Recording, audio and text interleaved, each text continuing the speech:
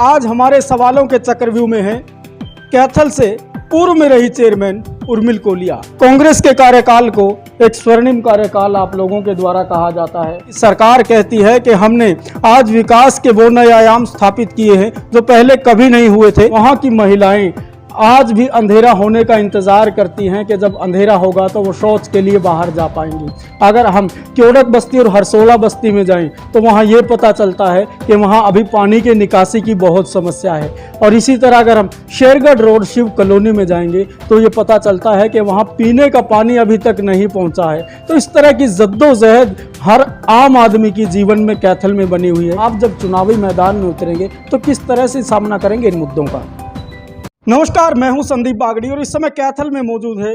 जिस तरह से आप लगातार हमसे जुड़े हुए हैं, हम आपको दिखाते हैं धरातल की सच्चाई, यानी कि जो चुनावी वादे राजनीतिक पार्टियां चुनाव में उतरते हुए करती हैं वो कितने फलीभूत हुए हैं। और आज हमारे सवालों के चक्रव्यूह में है कैथल से पूर्व में रही चेयरमैन उर्मिल कोलिया और उनसे बातचीत करेंगे तमाम मुद्दों को लेकर, वो मुद्दे जो जनता के मुद्दे हैं और जनता जानना चाहती है उन विषयों को। तो आइए शुरू करते हैं। हमारे साथ मौजूद बहुत बहुत स्वागत है मैडम आपका। थैंक यू संदीप जी, आपके बहुत बहुत अभिनंदन जी। तो जिस तरह से देखा जाए, आपने 2005 में जब राजनीतिक पारी की शुरुआत की थी, उस समय आपने उस पद को पाया, उस पद पर काबिज हुए जिस पद को पाने के लिए लोगों के जो है उम्र और उनके तजुर्बे धरे के धरे रह गए। लेकिन एक सीमित समय की राजनीति करना और उस सीमित समय में अपने आपको एक जो है सीमित एरिया में ढाल लेना, उसके बाद जनता ये सोच रही है कि कहीं ना कहीं कोई या तो राजनीति में शिकार हुए हैं या फिर धन संपन्नता और वैभव से संतुष्ट हो गए हैं। आखिर वजह क्या रही?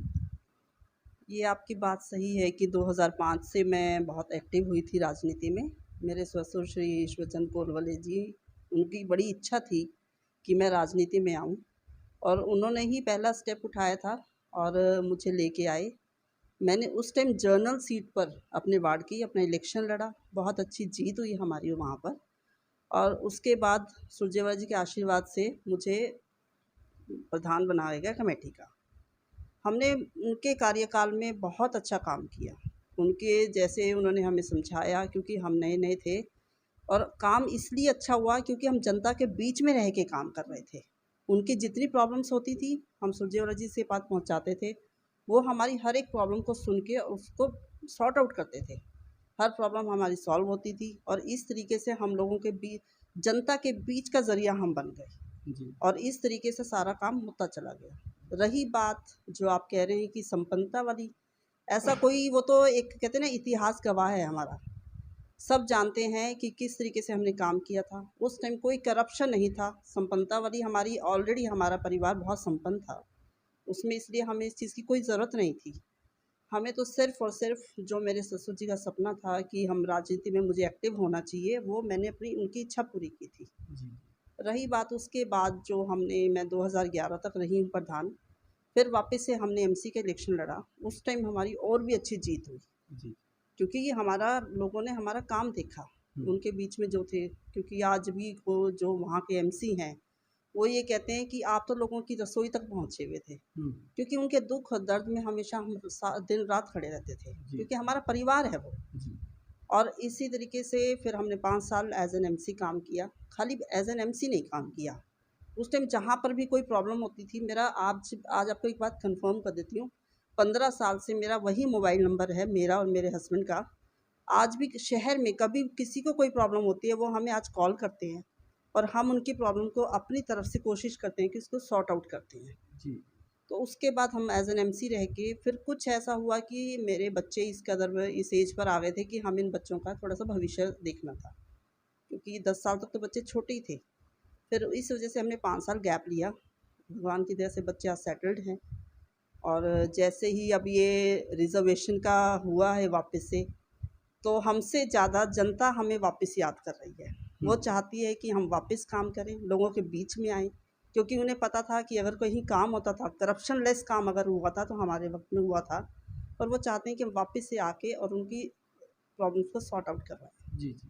तो जिस तरह से देखा जाए उर्मिल कोलिया का जो कार्यकाल रहा, उस कार्यकाल में कैथल शहर के विकास के लिए एक ड्राइंग तैयार की जा रही थी, जिस रोड मैप के आधार पर कैथल शहर को हरियाणा के विकसित शहरों की सूची में शामिल करने के लिए काम करना था। लेकिन बात आगे बढ़ी, शहर के लोगों को उर्मिल कोलिया में कैथल से विधायक और मंत्री और कैथल के विकास के कार्यों को शुरुआत करने वाली और पूर्ण तरह अमली जामा पहनाने वाली ओम प्रभा जैन दिखाई देने लगी थी और लोगों की उम्मीदें थी। लेकिन ऐसा क्या घटनाक्रम हुआ, कहीं कांग्रेस का हाथ आपके पांव की बेड़ियां तो नहीं बना राजनीति में जो पीछे कदम हटा? नहीं नहीं, ऐसा कुछ नहीं था। कांग्रेस हमारे हाईकमान, हमारी पार्टी, हमारे पूर्व रहे विधायक जी रणदीप सिंह सुरजेवाला जी का, उनका बहुत आशीर्वाद रहा। जब सरकार भी चली गई तब भी उनका आशीर्वाद इतना बना रहा कि हमारे काम में कभी रुकावट नहीं आई। ये आपकी बात सच है। उन्होंने जो एक नक्शा तैयार किया था शहर का, उन्होंने पूर्ण किया। लेकिन जैसे जैसे सरकार बदली गई उसके बाद उन कामों को रोक दिया गया। अगर आप आज शहर में आप खुद देखेंगे, क्योंकि मेरे से ज़्यादा तो आप लोगों को पता है, जगह जगह सफाई का बहुत बुरा हाल है। जो काम इतने बड़े बड़े प्रोजेक्ट्स शहर के लिए बनाए जा रहे थे, उनको रोक लगा दी गई है। तो अगर ये सुरजेवाला जी होते तो ये काम बहुत स्पीड से बहुत अच्छे लेवल पर, आज इस कैथल की दशा ही कुछ और होती जी। तो इसमें ऐसा कुछ नहीं है कि कांग्रेस का कोई वो नहीं है। उनका आज तक आशीर्वाद मेरे ऊपर है, तभी आज तक हम लोगों के काम करवा भी पा रहे हैं। लेकिन अगर बात करें कांग्रेस के नाम की, मौजूदा सरकार नहीं है, केंद्र में भी सरकार नहीं है, लेकिन जो नगर परिषद के मुद्दे होते हैं वो अलग होते हैं। तो वोट मांगेंगे तो किस आधार पर मांगेंगे? हम नगर परिषद का जो होता है एक शहर का काम होता है जी। तो हमने शहर का काम पहले भी किया है। नगर परिषद के अपने कानून हैं, उन कानून के तहत में रह के हम सारे काम करेंगे। उसमें कोई ऐसा नहीं होता है कि सरकार ऊपर कुछ और है तो हम काम नहीं कर पाएंगे, क्योंकि हमारे अंदर इतने तो गट्स हैं। जनता का प्यार और जनता का हमारा साथ चाहिए, बस काम तो हम कर देंगे जी। काम में रुकावट नहीं आएगी जी जी। तो जिस तरह से हम इनसे बातचीत कर रहे हैं और हम बात करते हैं मुद्दों की और जनता से जुड़े हुए मुद्दों की ही बात करते हैं, और हम वो दिखाते हैं जो सच है, और हम जो बात रखते हैं वो बेबाक रखते हैं। और हम बातचीत करने जा रहे हैं अभी मौजूदा अभी के मुद्दों पर। तो जिस तरह से कांग्रेस के कार्यकाल को एक स्वर्णिम कार्यकाल आप लोगों के द्वारा कहा जाता है कि कैथल में वो विकास हुए जो पहले कभी हुए नहीं थे। लेकिन अगर मौजूदा भाजपा की बात करें तो मौजूदा की जो सरकार है, सूबे की सियासत और सूबे की सरकार कहती है कि हमने आज विकास के वो नए आयाम स्थापित किए हैं जो पहले कभी नहीं हुए थे, और हरियाणा में हर तरफ एक समान विकास हुआ है। लेकिन अगर बात करें कैथल की समस्याओं की, कैथल नई अनाज मंडी के पास एक गरीब बस्ती है, डेहा बस्ती है। वहाँ की महिलाएं आज भी अंधेरा होने का इंतज़ार करती हैं कि जब अंधेरा होगा तो वो शौच के लिए बाहर जा पाएंगी। अगर हम क्योड़क बस्ती और हरसोला बस्ती में जाएं तो वहाँ ये पता चलता है कि वहाँ अभी पानी के निकासी की बहुत समस्या है। और इसी तरह अगर हम शेरगढ़ रोड शिव कॉलोनी में जाएंगे तो ये पता चलता है कि वहाँ पीने का पानी अभी तक नहीं पहुँचा है। तो इस तरह की जद्दोजहद हर आम आदमी की जीवन में कैथल में बनी हुई है। बेशक मौजूदा सरकार भाजपा की है, बेशक मौजूदा विधायक भाजपा का है, लेकिन इन तमाम समस्याओं को अभी तक जो है दूर नहीं किया गया है। और आप जब चुनावी मैदान में उतरेंगे तो किस तरह से सामना करेंगे इन मुद्दों का? देखिए, ये वैसे बहुत शर्म की बात है कि आज सरकार इन बातों को सुन नहीं रही है। एक औरत का दर्द मैं बहुत अच्छे तरीके से समझ सकती हूँ। वैसे तो सरकार ने स्वच्छता अभियान के तहत टॉयलेट बनवाने की जो गारंटी दी थी, इसका मतलब वो सब फेल हो गई है इनकी। ये तो हमारा शहर ही बोल रहा है। देखिए, तो मैं तो नहीं बोल रही, शहर ही बोल रहा है। पानी लेके आना और ये करना, क्या बात, इतना सरकार इतना भी नहीं कर सकती? उनके पास सारी इस टाइम बहुत उनके पास पावर्स हैं, फिर भी वो काम नहीं कर रही हैं। लेकिन अगर मुझे जनता का प्यार मिला, मैं ये सारे काम सबसे पहले प्रायोरिटी पे यही काम करूँगी ताकि उन लोगों के बीच से ये प्रॉब्लम्स को सॉल्व किया जाए।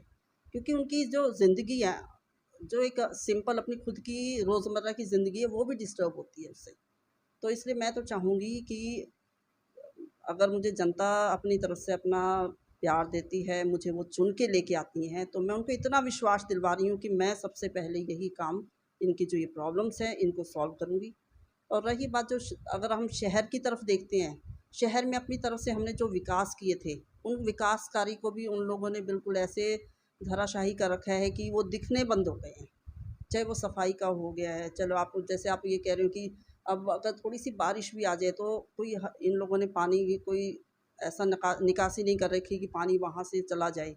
ये तो सब काम सरकार का था ना, नहीं किया। लेकिन मैं विश्वास दिलवाती हूँ कि जैसे पहले काम करते थे हम वैसे ही काम करेंगे, प्रॉब्लम्स नहीं आने देंगे बस। तो जिस तरह से देखा जाए कि इनसे बातचीत हो रही है और बातचीत में एक भरोसा दिया जा रहा है जनता को कि जब हम अगर चुनकर आते हैं आपके सहयोग से तो काम किया जाएगा। लेकिन अगर बात करें मौजूदा परिस्थितियों की, चुनाव अभी तारीख डिक्लेयर नहीं हुई है, लेकिन ये जो आपकी तैयारी है, वैसे तो कैथल की जनता खुद कह रही है कि उर्मिल कोलिया जी मैदान में हो तो अच्छा रहेगा, आपकी चर्चा जोरों पर है। लेकिन अगर बात करें आपकी पार्टी की, तो पार्टी की ओर से ग्रीन सिग्नल का इंतज़ार रहेगा या तैयारी है?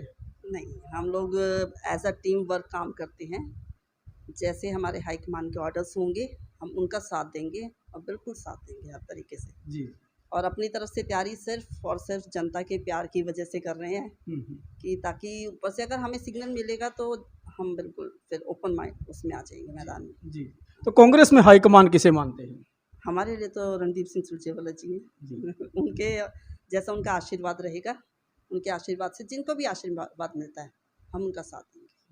तो इनसे हमने बातचीत की है तमाम मुद्दों को लेकर और तमाम बातें जो जनता जानना चाहती है, तमाम बातों को लेकर बातचीत की है। और इस विषय को आप किस तरह देखते हैं, इन बातों को आप किस तरह देखते हैं, कमेंट के माध्यम से हमें ज़रूर बताइएगा, क्योंकि ये है हमारे सवालों का चक्रव्यूह और ये वो सवाल हैं जो जनता से जुड़े हुए हैं, जनता जानना चाहती है। देखते रहिए हमारे साथ। तमाम जानकारियों के लिए संदीप बागड़ी की विशेष रिपोर्ट।